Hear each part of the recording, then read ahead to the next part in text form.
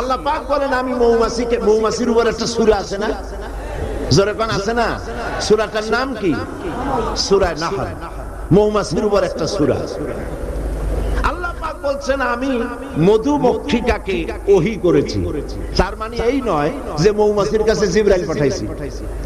ওহী যখন নবীর ক্ষেত্রে ওহী শব্দ আছে, তার অর্থ হলো প্রত্যাদেশ।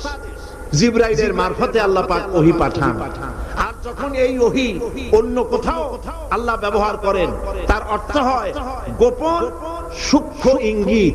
যেমন মুসা আলাইহিস সালামের মাকে আল্লাহ পাক ওহী করেছিলেন, এখানে জিবরাইল পাঠান নাই, ইলকা করে দিয়েছিলেন।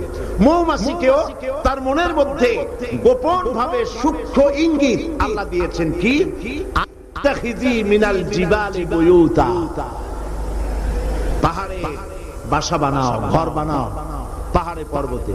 যেহেতু মধু হলো একটা মেডিসিন,